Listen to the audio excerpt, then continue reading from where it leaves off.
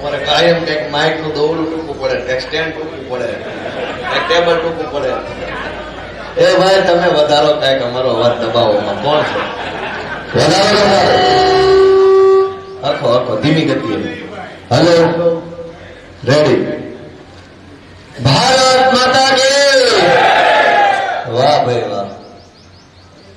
આંગોલવાડી ગામના સૌ ગામજનો, ખેડૂતો, આગેવાનો, વડીલો, વેપારીઓ, ખેતી મજૂરી કરતા માણસો, ગામની બજારમાં નાનો મોટો કામકાજ કરી અને આ ગામને આગળ લઈ આવવાની સતત મહેનત કરતા સૌ નાગરિકો, બહેનો, પોલીસવાળા ભાઈઓ, અમારા કેમેરાવાળા, બધાયનો હૃદયપૂર્વક પહેલા તો ખૂબ ખૂબ આભાર કે તમે આટલા ધોમ ધકતા તડકામાં આટલી મોટી સંખ્યામાં આવ્યા છો. આપણા સૌના લોકપ્રિય નેતા કે જેમણે 108 દિવસ સુધી જેલમાં રહ્યા અને લોઢાના થઈને બહાર આવ્યા એવા ભાઈ શ્રી પ્રવીણભાઈ રામ. આમાં જેલમાં છે ને હારા હારા ભામરોટા નાખી જાય છે, કઈ હેલું નથી. એ કઈ બધા થોડા પ્રવીણભાઈ રામ હોય. હજળ થઈને આવ્યા તનથી અને મનથી. અને 2015 થી ઇકોઝોન બાબતે જાગૃતિ ફેલાવી લડાઈ લડવાનું કામ કરે છે. તે દિવસે તો અમને કઈ ખબર નહોતી. હું તો પાછો આમ ભાવનગર, અમારે ત્યાં કઈ ઇકોઝોન હોય નહીં, જંગલ જ નથી, ઇકોઝોન ક્યાં લાવવા જાય. પણ પ્રવીણભાઈને એ વખતે એટલી માહિતી હતી કે આ બહુ નુકસાન વાળું છે. તેથી ભાજપના નેતાને ખબર નહોતી, તેથી કોંગ્રેસના નેતાને ખબર નહોતી, તેથી ઘણા બધા જાગૃત નાગરિકો હોય એમને કદાચ ધ્યાને નહીં આવ્યું હોય. પણ પ્રવીણભાઈના ધ્યાને એ વખતથી આવ્યું. રેલીઓ કાઢી, સભાઓ કરી અને ત્યારથી લઈને 8 દિવસ સુધી સતત એમણે પ્રયત્ન કર્યો છે કે આ ગીર પંથકની જે મજા છે, સુંદરતા છે, એ જળવાઈ રહેવી જોઈએ. અને એવા જ અમારા બાહોશ આગેવાન ભાઈ શ્રી દેવેન્દ્રભાઈ સોલંકી, એમણે ગઈકાલે જે કામ કર્યું લગભગ બધાએ જોયું હશે. જોયું કે નહીં? દેવેન્દ્રભાઈએ જે મર્દાનગી વાળું કામ કરી બતાવ્યું છે, મને એવું લાગે 60% ચૂંટણીથી કાલ જ જીતી ગયા. ઉમેદવારને બચાવી લીધો. ભાજપની આખી ગુંડાઓની ટોળકી પાછળ પડી હતી. કયું ગામ છે? ગોરખમઢી. ગોરખમઢી. એના ઉમેદવારનું ફોર્મ પાછું ખેંચવા માટે ગુંડા મોકલ્યા અને દેવેન્દ્રભાઈ ફોર્મ પાછું ન ખેંચાય એના માટે મહેનત કરી. હિન્દી ફિલ્મમાં ગુંડા અને હીરોનો જે આખી હામહામી હવાહબી બોલતો ને એના કરતા વધારે હવાહબી કાલ બોલી. હિન્દી ફિલ્મ જેવો સીન થઈ ગયો. ગાડીઓ આમ દોડે, માણસો આમ દોડે, કેમેરા વાળા.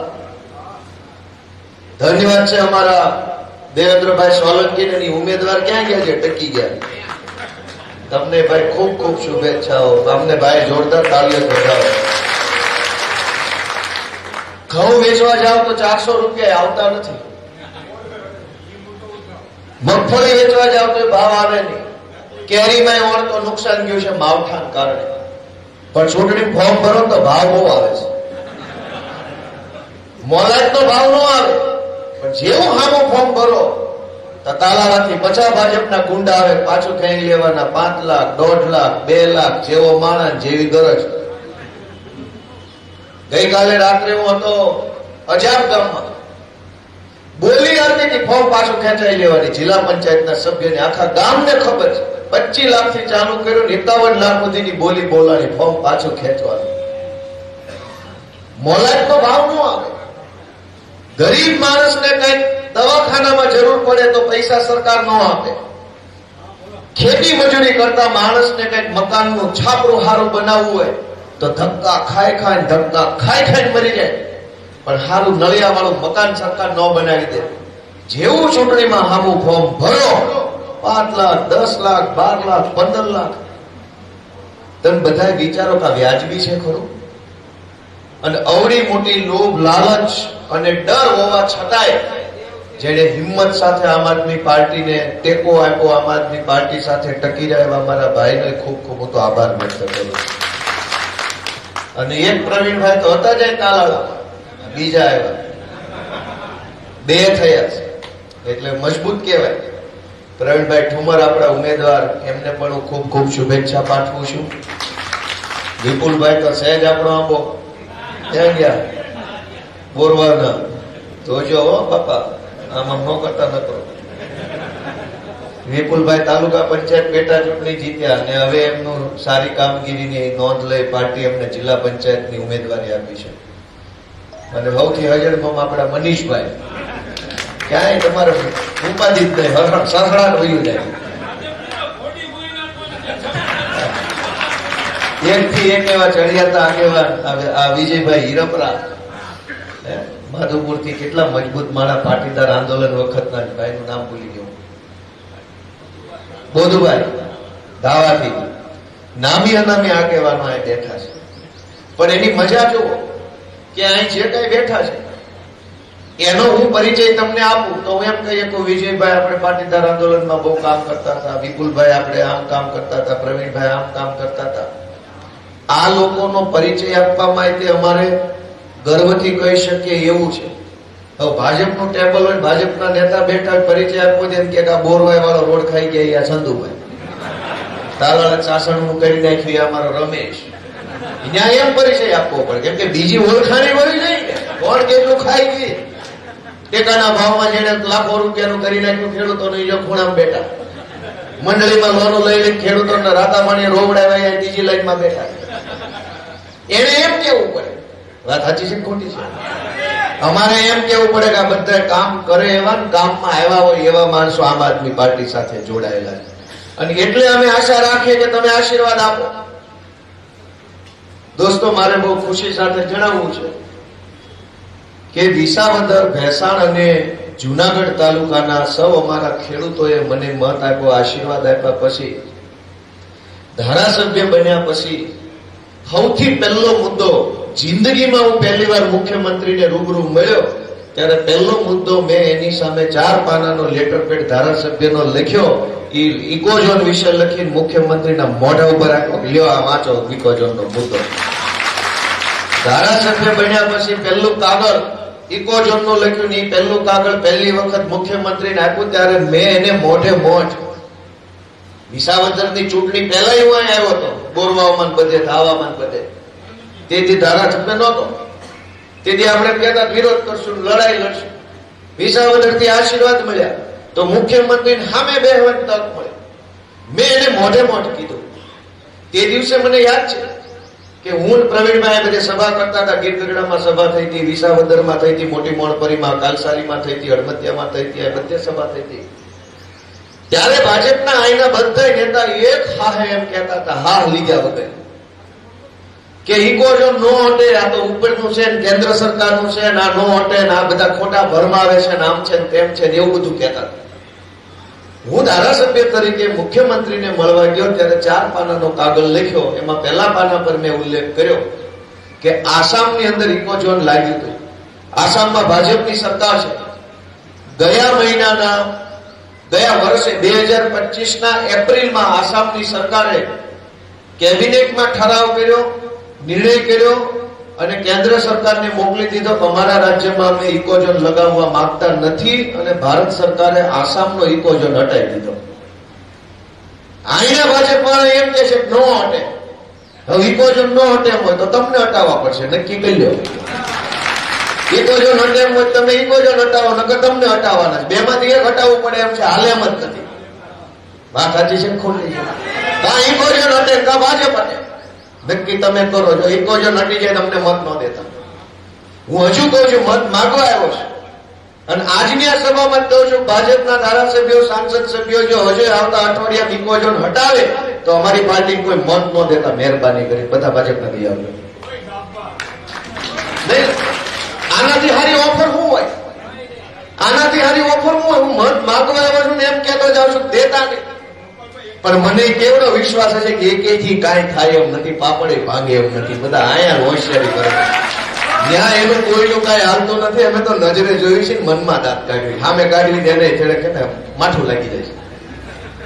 આયા જે પોળા પોળા હાલે છે ને એનું ત્યાં કાંઈ હાલતું નથી. હો, જય ભગવાન. એક નયા પાસિયાનું ઉપર ભાજપના એકેય માણસનું ઉપજતું નથી. માત્ર ને માત્ર ફોટા પડાવવાના. નવી ટેકનિક ઈ મને આ વિસાવદર, ભેસાણ અને જુનાગઢના લોકોએ મત આપ્યા પછી ખબર પડી. કે આ બધા શું કરે, મહિનામાં 2-3 વાર ગાંધીનગર જાય અને ન્યા ભાજપના જે કઈ મંત્રી સંત્રી લેવલના કઈ ન્યા રખડતા હોય, એની હારે ફોટો પડાવે. આમ ફોટો પડાવ્યા પછી ફેસબુક પર મૂકીને લખે કે આજ રોજ ગાંધીનગર જઈ સરકારના ઠેકણા પૂછડા ફલાણા મંત્રીને રૂબરૂ મળી આપણે આકોલવાડી વિસ્તારના ખેડૂતોના પ્રશ્નો બાબતે વિસ્તૃત ચર્ચા કરી. અડધી મિનિટ ઉભો ન રહેવા દીધો હોય ને, ફોટો પડે એટલે રવાના હાલ. ફેસબુકમાં અવળી પોસ્ટ મૂકે આકોલવાડીના પ્રશ્નો બાબતે વિસ્તૃત ચા નો પીવડાવી હોય બેહાડી. મારી નજર સામે દાખલા છે, તોય પાછા કે વિસ્તૃત ચર્ચા કરી. અને ગામના ભાજપ વાળાના ફાવે કાઢી ગઈ છે. કેમ કે ગામનો માણસ તો ભોળો માણસ હોય. એ ગાંધીનગરમાં રહેલા મોટા નેતા અરે આપણા ગામના ભાજપિયા ફોટો જોવે તો ગામને એમ થાય કે આનું કઈક ઉપર બુદ્ધિ હશે. કોઈનું કાંઈ છે નહીં, તો અહીંયા પગથા થઈને હાલે છે, ત્યાં ઓલા ઉભા નથી રહેવા દેતા. નીકળો સાનામાં હાલો. તમે ક્યાં તમારા પાવરથી જીત્યા છો? તમે મોદી કરીને જીત્યા છો, તમારે કોઈ કઈ મોટીમાં થવાની જરૂર નથી એમ સંભળાય દે. પણ ઇકોઝોનની રજૂઆત મેં મુખ્યમંત્રીને કરી અને કેવી રીતે ઇકોઝોન હટાવી શકાય એનો દાખલો, એનો સરકારી પત્ર આસામ સરકારનો આજે મારા મોબાઈલમાં છે. સરકારી પત્ર છે, એ બધું મેં મુખ્યમંત્રીને આપ્યું. કીધું જો આસામમાં ભાજપની સરકાર છે, ગુજરાતમાં ભાજપની સરકાર છે, કેન્દ્રમાં ભાજપની સરકાર છે, આસામની સરકાર હટાવી શકે, તમે કેમ ન હટાવી શકો? એ પત્ર મેં ઓગસ્ટ મહિનામાં લખ્યો. ઓગસ્ટ 2025 ના રોજ લખ્યો. આજ દિવસ સુધી ભાજપની સરકાર એનો જવાબ નથી આપ્યો. ક્યાંથી આપી કેવી હાલતમાં નથી, કેમ કે એના પેટમાં પાપ છે. ખેડૂતોની કિંમતી જમીન લૂંટી લેવી છે, એમણે પડાવી લેવી છે, સસ્તા ભાવે મફતમાં પડાવી લેવી છે અને આપણને બધાને અહીંથી કાઢી મૂકવા છે. હમણાં વિધાનસભાની બજેટ સત્રમાં એક બીજો મુદ્દો મેં મૂક્યો કે ગુજરાતમાં આમ તો એકેય પ્રકારના પાક માટે પાક વીમો છે જ નહીં. તલ વાવો કે બાજરો વાવો કે ઘઉં વાવો કે જમરૂખના ઝાડ કરો કે આંબાની કલમો રોપો કે દાડમ પકવો કે કપાસ કરો કે મગફળી કરો, એકેય પ્રકારના કૃષિ ઉત્પાદન એને પાક વીમો ગુજરાતમાં મળતો નથી. આખા ભારત દેશમાં આપણું ગુજરાત એકમાત્ર એવું લોકલાડીનું રાજ્ય છે કે જ્યાં ખેડૂતોને કોઈ વીમો જ નથી. બધા રાજ્યમાં વીમા છે. બકરી જેવી બકરીઓના વીમા છે, ગાયના વીમા છે, ભેંસના વીમા. ઓલા શીંગડે સ્ટીકર મારી જાય વીમા વાળી ભેંસ હોય ને, ખબર છે? ખ્યાલ છે કે નહીં? આ કાને સ્ટીકર માર્યો ખબર પડી જાય વીમા વાળી ભેંસ છે. ભેંસ જેવી ભેંસનો વીમો છે, પણ 10 વીઘાના ખેતરમાં કલમું ઉભ્યું એનો કઈ વીમો જ નથી. હાવ રામ ભરોસે આવે તો તમારું, જાય તો તમારું. ભાજપ વાળો તો કે ભાષણ આપી જાય હેઠા 2-2 કિલો બધા. મેં વિધાનસભામાં રજૂઆત કરી કે ભાઈ એક તો ખેડૂતો માટે કોઈ વીમો નથી, એટલે જયારે નુકસાન જાય, માવઠું કે અતિવૃષ્ટિ કે કુદરતી અન્ય કોઈ પ્રકોપ આવે અને નુકસાન જાય તો ખેડૂતોએ ક્યાં હાથ લાંબો કરવાનો? યોજના હોય, પાક વીમા યોજના, તો ખેડૂત ફોર્મ ભરીને યોજનાનો લાભ લઈ શકે. પણ યોજના તો છે નહીં. એટલે સરકારને મન પડે તો સરકાર પેકેજ જાહેર કરે. પેકેજ અંગ્રેજી શબ્દ છે, એનું ગુજરાતી થાય પડીકું. એટલે ખેડૂતોને પડીકા આપવાના છે.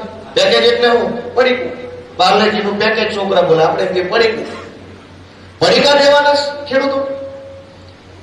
મેં એવી રજૂઆત કરી કે આ આંબા જે છે, બાગાયત પાક જે છે, જેમાં દાડમ છે, જમરૂખ છે, જેમાં આંબા છે, કેળા છે, ચીકુ છે. દક્ષિણ ગુજરાતમાં ચીકુ અને કેળા વધારે પ્રમાણમાં બાગાયતી પાક થાય છે. આપણે અહીંયા કેરી, દાડમ ને જમરૂખ છે. અમારા ભાવનગરમાં સીતાફળ ખૂબ મોટી સંખ્યામાં થાય છે. બોરનો પાક આવે છે. તો આ પાકમાં નુકસાની થાય તો એનું કઈક વળતર હોવું જોઈએ કે ન હોવું જોઈએ?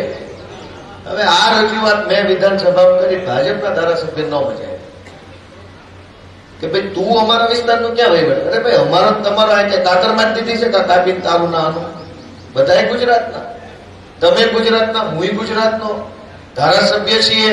તમને ઈશ્વર જે મતી આપે તમે બોલો, મને જે મતી આપે હું બોલું. આમાં હું ખોટું કહી દીધું કે ભાઈ આંબાના ખેડૂતો હોય, આંબો પકવતા, એને કઈક નુકસાની થાય, માવઠા આવે, મોર ખરી જાય, પછી પાસ્તરમાં કઈ નવો મોર આવે ને, જેટલા વધ્યો હોય એટલી કેરીઓ પાકે ને એમાં હારી મોળી નાની મોટી વકલ આવે, છેલ્લે કમાણી કઈ વધે નહીં. પછી એના આંબે લટકવું પડે. આ પરિસ્થિતિનો વિરોધ અમે કરીએ તો ભાજપ વાળાને ગમતું નથી. મેં આપણા મત વિસ્તારના જુનાગઢ જિલ્લો, ગીર સોમનાથ અને કાઠિયાવાડને લગતા જેટલા પણ ખેડૂતોના મુદ્દા હતા એની અલગ અલગ દિવસોમાં અલગ અલગ તારીખ નક્કી થઈ હોય ત્યારે રજૂઆત કરી. હવે એક સૌથી મોટી દુઃખની બાબત શું હતી એ હું તમને કહું. મેં કાંટાના તારની વાડની યોજના જે છે એની રજૂઆત કૃષિ મંત્રીને કરી, કૃષિ નિયામકને કરી. મેં એને એમ સમજાવ્યું કે ભાઈ તમે કાંટાના તારની વાડની યોજના લાવ્યા તો બોટાદ આખામાં ક્યાંય જંગલ નથી, ભાવનગરના 70% વિસ્તારમાં ક્યાંય જંગલ હટતું નથી, પણ અમારે વિસાવદરમાં, ભેસાણમાં, ગીર સોમનાથમાં, ઉના, ગીર ગઢડા, ધારી, બગસરાની ચારેય બાજુ જંગલ છે.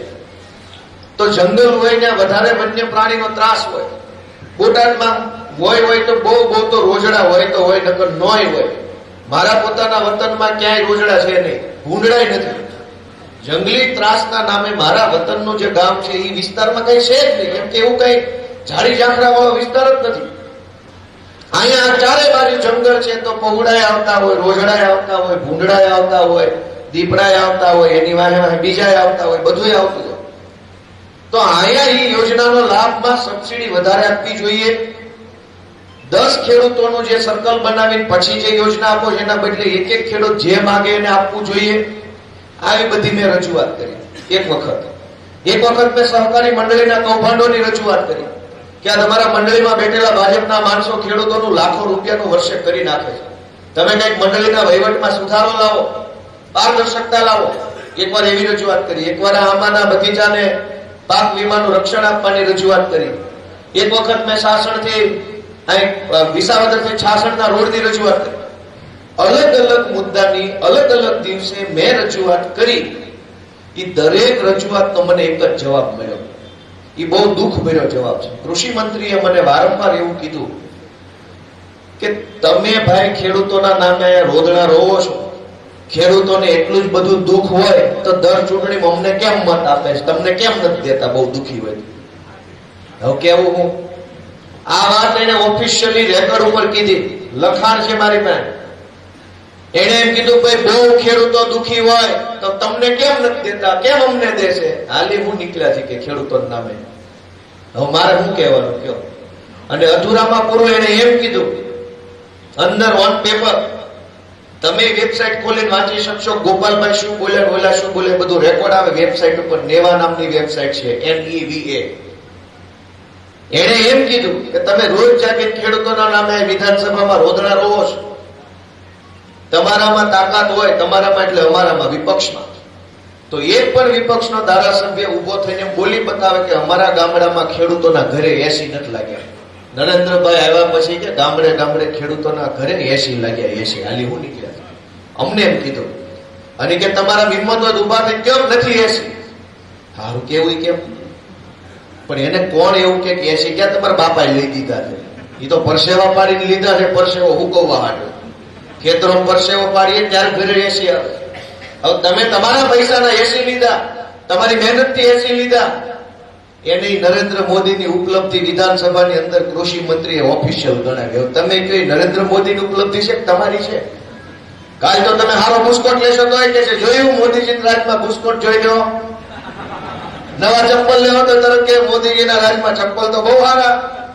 મતલબ તમારી મહેનતથી તમે કઈ પણ કરો તરત કે મોદીજીના રાજમાં લીલા લે. દાઢી કરાવશો તો કે કેવો રૂપાળો લાગે મોદીજીના રાજમાં. પહેલા તો વાળ વધી ગયા. આવું હોય. આ લોકોને કોઈ શરમ નથી.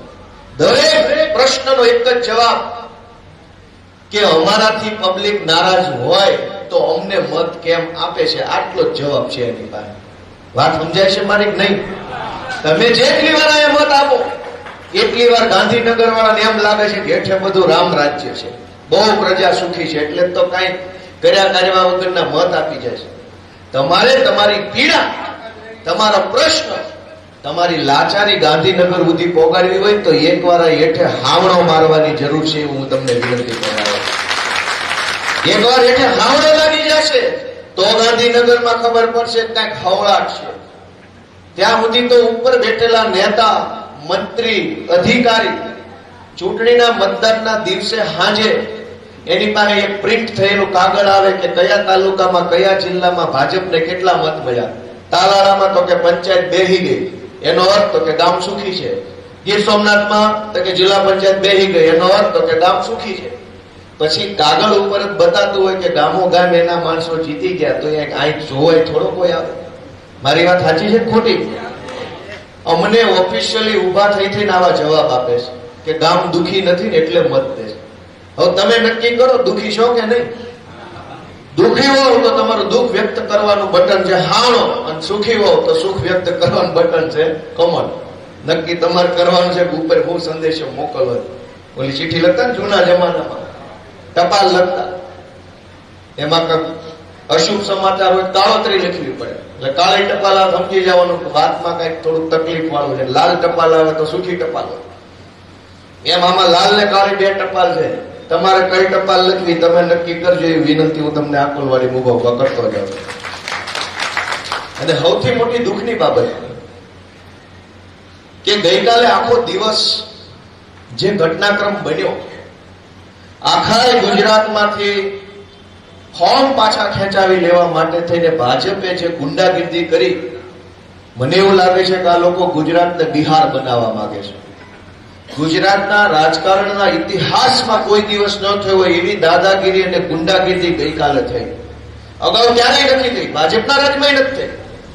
ગઈકાલે આખા ગુજરાતમાં તમે વિડીયો જોયા છે, એક જગ્યાએ નહીં તમામ જગ્યાએ આખા ગુજરાતમાં ભાજપના ગુંડાઓ અને એની સાથે લગભગ અમુક જગ્યાએ પોલીસ વાળા હોતા હતા ભેગા, અને બે ભેગા મળે જિલ્લે જિલ્લે, તાલુકે તાલુકે, નગરે નગરે, મહાનગરે વધુ ને વધુ ફોર્મ પાછા ખેંચાઈ જાય એના માટે દબાણ કરતા હતા, ધાક ધમકી કરતા હતા, લોકોને ડરાવતા હતા. અને આવ્યા પ્રકારની દાદાગીરી બિહાર ને યુપી વિશે આપણે સાંભળ્યું હતું, ત્યાં આવી રીતે કિડનેપ થઈ જાય છે. ગુજરાતની ચૂંટણીમાં ક્યારેય ઉમેદવાર કિડનેપ થઈ જાય એવું સાંભળ્યું નહોતું. કાલ તો વિડીયો જોયા કેવી રીતે ગાડીઓમાં નાખી નાખીને લઈ જાય, કેટલા દોડીને ગાડીમાં ચડી ગયા, કેટલાની વાહે કેમેરા દોડતા હતા, વિડીયો જોયા નથી. પ્રવીણભાઈ, ગુજરાતના ઇતિહાસમાં ક્યારેય આવું નથી થયું, ભાજપના રાજમાં નહોતું. આ પહેલી વાર જે ઘટના બનીને એનાથી હું તો કહું છું બધાએ ચેતવાની જરૂર છે. ચૂંટણીઓ તો આવતી રહે, જાતી રહે, પાર્ટીઓ આવશે, નેતા આવશે, મળશે. પેલા બહુ મહાન નેતાઓ હતા, આજે જીવતા નથી. આજ અમે આવ્યા છે, કાલ અમે મરી જાવ, આ કઈ ઉભું રેમ નથી. પણ ચૂંટણીઓમાં અપહરણ થવા માંડે, ધાક ધમકી થઈ જાય, ગુંડા આવે, છરા ઉડે. આવું તો ગુજરાતમાં પોહાય કેવી રીતે? અને છરા ઉડાડીને ગુંડાગીરી કરીને અપહરણ કરીને જે માણસ ચૂંટણી જીતે, તમે એની પાસે જઈએ છો કામ લઈ તો તમારું નું અપહરણ કરી નાખે. ઉમેદવારનું અપહરણ કરી લીધું હોય અને ફોર્મ પાછા ખેંચાવવાની કોશિશ કરી હોય, એ માણસ જો જીતે તો તમારાથી ને જવાય નહીં. તો કયો એની પાસે કામ લઈ. આખા ગુજરાતમાં ધંધો ભાજપે કર્યો, લોકશાહીનું ખૂન કરવાનું. લોકશાહી બચાવવા માટેની પણ આપણા બધાની સહિયારી જવાબદારી છે. અને એટલે હું વિનંતી કરું છું કે આ વખતે કાંઈ પણ આડું ઓળું જોયા વગર ખાવણો મારોના 30 વર્ષની જે ભ્રષ્ટાચારની ગંદકી થઈ છે ને એને સાફ કરવાની શરૂઆત આકોલવાડીથી, તાલાળાથી કરો એ વિનંતી છે. અને આ સત્તાનો અહંકાર ક્યાં સુધી? આજ હું ધારાસભ્ય છે, કોઈ એમ ન કહે છે ગોપાલભાઈ બહુ વાયડાઈ કરે છે, એના વાણી વર્તનમાં વિવેક નથી, બોલવાનું ભાન નથી, મોટાની યારે કેમ વર્તન કરવું એવું કોઈ કહે જ નહીં. કે તમે મારા વિશે આખા ગુજરાતમાં જ્યાં સાંભળે લોકો એમ કે છોકરો ડાયો છે, કે ન કે કોઈ એમ ન કહી દે કે વાયડો બહુ થાય છે, હવામાં ઉડે છે, હોશિયારી કરે છે, પોળો પોળો ફરે છે. ના, આ માન મોભો, આ શક્તિ, તાકાત, પાવર કોણ આપે છે? હજારો નાના નાના માણસો આપે છે. ગોપાલભાઈ મહાન હોત તો જઈએ કે હોત એકલા એકલા મુખ્યમંત્રી ચેમ્બરમાં, ન જઈએ કે. ગોપાલભાઈનું બટન આકોલવાડીનો નાનામાં નાનો ગરીબમાં ગરીબ માણસ જેથી દબાવે ને તેથી ગોપાલભાઈમાં પાવર આવે છે કે ગમે એવી પગથિયા ચડી શકે. તો નેતામાં જે તાકાત છે એ નેતાની નથી. નેતામાં જે તાકાત છે એ નાનામાં નાના ઉઘાડ પગા માણસની તાકાત છે. હજારો માણસો બટન દબાવે ને ત્યારે નેતામાં બળ આવે, અને ઈ બળ નેતાએ જનતા ઉપર નહીં, જનતા માટે વાપરવાનું. ભાજપ વાળાને બુદ્ધિ ભ્રષ્ટ થઈ ગઈ છે કે તમને જે શક્તિ મળેલી છે એ શક્તિ લોકોની છે, એ શક્તિ લોકો માટે વાપરવાની છે, લોકોની ઉપર નથી વાપરવાની. આ જ શક્તિનો ઉપયોગ લોકો ઉપર થઈ ગયો. લોકોને ડરાવવા, લોકોને દબાવવા, લોકોને ધમકાવવા, ચૂંટણીઓ ટાણે ગુંડા મોકલવાના, આમ નહીં કરતો આમ થઈ જાય, હારા વાત નહીં રે. હવે બીજું તો તમારા રાજમાં છે હું હારા વાત કે હવે નહીં રે. આમ નહીં કરતો આમ થઈ જાય, તમારું તેમ થઈ જાય. અમારા વિજયભાઈ અવાજ ઉઠાવે તો એને ગુંડા મોકલે દબાવવા કે વિજયભાઈ આમાં મજા નહીં આવે. મજા નથી આવતી એટલે થામા પીડ્યા છે. આવતી હોત તો ભેગા ન હોત. તોય પાછા કે મજા નહીં આવે, નથી લેવી ભાઈ મજા. તમે એકલા લઈ લીધી છે, અમારી પાસે અમથી ક્યાં આવી છે મજા? વાત સાચી છે કે ખોટી? હું તમને એક વિનંતી એટલી જ કરું છું કે અમે નાના નાના છોકરાઓ છીએ. રાજનીતિ અમારો ધંધો નથી. હું તો એ મજાનો કોન્સ્ટેબલ બની ગયો હતો. થોડું ઘણું ભણ્યો અમારા માની આશીર્વાદથી, ને થોડું ઘણું જે આવડતું તેમાં થઈ ગયો કોન્સ્ટેબલ. એ સિસોટીઓ મારતા જવાનો, દંડો પછાડતા જવાનો, જે દઈ લેતું જવાનું અને આગળ વધતું જવાનું. સરસ મજાનું જીવન હતું. ક્યાં ધંધા કરવાની જરૂર હતી? આ ક્યાં ધંધા કરવાની જરૂર હતી? પણ રાજકારણમાં આવવું હું કામ કર્યું? ભાજપના પાપે. ભાજપે સમાજને લૂંટ્યો, ગામડાના માણસને જીવવું મુશ્કેલ કરી દીધું. સુવિધા નહીં, વ્યવસ્થા નહીં, અને ઉપરથી દાદાગીરીનો કોઈ પાર નહીં. અને એવી પરિસ્થિતિ મેં જોઈ તો સરકારી નોકરી મૂકીને રાજકારણમાં આવવું પડ્યું. અને અહીંયા આવતા વ્યક્તિ કે કઈ આખા હાકર ગોળા કોઈ આપી નથી દીધા. 10 વર્ષથી વળ ખાવી છે, ધોકા ખાવી છે, ગાળ્યું ખાવી છે. ત્યારે હમણાં વર્ષ પહેલા વારો આવ્યો. 10 વર્ષ આમના વળ. હજુ પ્રવીણભાઈ નો વારો બાકી છે. એ પણ 2015 થી આમના વળ ખાય છે, ધોકા ખાય છે, ગાળ્યું ખાય છે, અપમાન સહન કરે છે. હજુ તેનો વારો બાકી છે. મળી હું ગયું? મળી અમને કાંઈ નથી ગયું, પણ અમે લડાઈ લડ્યા ને તો ગુજરાતના ઘણા લોકોને ઘણો હાશકારો મળ્યો છે, હિંમત મળી છે, આશા મળી છે, વિશ્વાસ મળ્યો છે, ભરોસો મળ્યો છે, સત્ય મળ્યું. અમને મળે ના મળે પણ પબ્લિકને મળવું જોઈએ. અને તમે બધાય કહો કે આ ચૈતર વસાવા, પ્રવીણ રામ, ગોપાલ ઇટાલિયા, ઈશુદાન ગઢવી લડાઈ લડે છે તો જનતાને કાંઈ મળે છે કે નહીં? મળે છે કે નહીં? જનતાને કાંઈ ફાયદો થાય છે કે નહીં? તો તમારે નક્કી કરવાનું છે કે આ જે કાંઈ 8, 10, 15, 20 જુવાનિયા સંઘર્ષ કરે છે એના હાથ મજબૂત થવા જોઈએ કે ઢીલા પડી જવા જોઈએ? નિર્ણય તમારે લેવાનો છે. તમારું મન એમ કે ગોપાલભાઈના, પ્રવીણભાઈના, ઈશુદાનના, ચૈતર વસાવાના હાથ મજબૂત થવા જોઈએ. હાથમાં હાવણો પકડીને ધડાધડ હાવણો મારવાનો, ભાગો ભાગો હાવણો મારો. તમારા હાથમાં હાવણો તો અમારા હાથમાં તાકાત. તમારા હાથમાં હાવણો તો જનતાના હાથમાં તાકાત. અને તમારા હાથમાં હાવણો નહીં હોય તો સરકારના હાથમાં તાકાત છે. ને એ તાકાત પોલીસના હાથમાં આવે, પોલીસ ને વન વિભાગ વાળા પબ્લિકને રંજાડ્યા કરે. મેં તમને કીધું એમ શક્તિનો ઉપયોગ લોકોની સેવા માટે હોય. જયારે તલવારો શોધાય દુનિયાના ઇતિહાસમાં, ત્યારે એનું શાસ્ત્રોક્ત મહત્વ એવું કહે છે કે એ રક્ષણ માટે હતી. પોતાના રક્ષણ માટે ને સમાજના રક્ષણ માટે તલવાર બોલી. પછી કેટલાક નબળા માણસોના હાથમાં આવી ચાલુ કર્યું. શક્તિ છે એ રક્ષણ માટે છે, પોતાના અને સમાજના. સમાજને દુઃખી કરવા માટે શક્તિ નથી.